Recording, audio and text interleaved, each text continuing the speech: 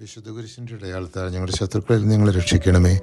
ഞങ്ങളുടെ തമ്പുരാനെ, പിതാവിൻ്റെയും പുത്രൻ്റെയും പരിശുദ്ധാത്മാവിൻ്റെയും നാമത്തിൽ ആമേൻ. സാവൂൾ അയക്കുന്നിടത്തൊക്കെ പോയി ദാവീദ് കാര്യങ്ങളെല്ലാം നടത്തിപ്പോന്നതുകൊണ്ട് സാവൂൾ അവനെ പടത്തലവനാക്കി.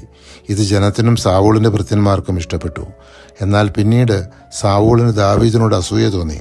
ദൈവമയച്ചൊരു ദുരാത്മാവ് സാവൂളിൽ പ്രവേശിച്ചു.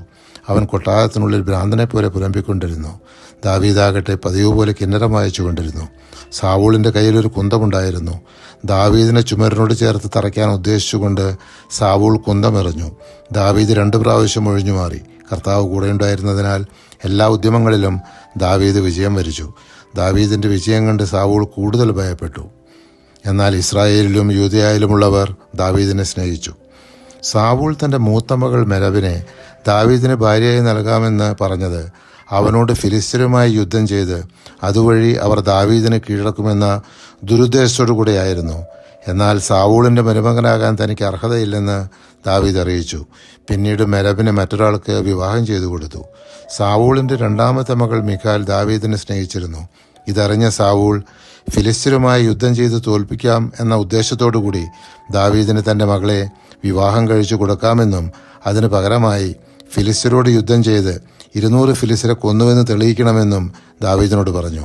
ദാവീദ് തൻ്റെ പടയാളികളോടുകൂടി ഫിലിസ്ത്യരെ ആക്രമിച്ച് 200 പേരെ കൊന്നെന്ന് തെളിയിച്ചു കൊടുക്കുകയും ചെയ്തു. കർത്താവ് ദാവീദിനോട് കൂടെയാണെന്നും മിഖാൽ അവനെ സ്നേഹിക്കുന്നുവെന്നും കണ്ടപ്പോൾ സാവൂൾ അവനെ കൂടുതൽ ഭയപ്പെട്ടു. അങ്ങനെ അവൻ ദാവീദിൻ്റെ നിത്യശത്രുവായി. ദാവീദിനെ കൊന്നുകളയണമെന്ന് സാവൂൾ ജോനാഥനോടും ഭൃത്യന്മാരോടും കൽപ്പിച്ചു. എന്നാൽ സാവൂളിൻ്റെ മകൻ ജോനാഥൻ ദാവീദിനെ വളരെയധികം സ്നേഹിച്ചിരുന്നു. ജോനാഥൻ ദാവീദിനോട് എവിടെയെങ്കിലും പോയി ഒളിച്ചിരിക്കാൻ നിർദ്ദേശിച്ചു. ജോനാഥൻ ദാവീദിന് വേണ്ടി സാവൂളിനോട് അപേക്ഷിച്ചു. സാവൂൾ ദാവീദിനെ കൊല്ലുകയില്ല എന്ന് ശപഥം ചെയ്തു. ദാവീദ് മുമ്പത്തെ പോലെ സാവൂളിനെ സേവിച്ചു. ഫിലിസ്ത്യരുമായി യുദ്ധം ചെയ്തപ്പോഴെല്ലാം വിജയം ദാവീദിൻ്റേതായിരുന്നു. പരിശുദ്ധാത്മാവെ, തിരുവചനത്തിൻ്റെ അനന്തശക്തിയാൽ ആത്മാവിൻ്റെ ബലങ്ങളും ദാനങ്ങളും നൽകി തീക്ഷ്ണതയാൽ ഞങ്ങളെ ജ്വലിപ്പിക്കണമേ. ആമേൻ.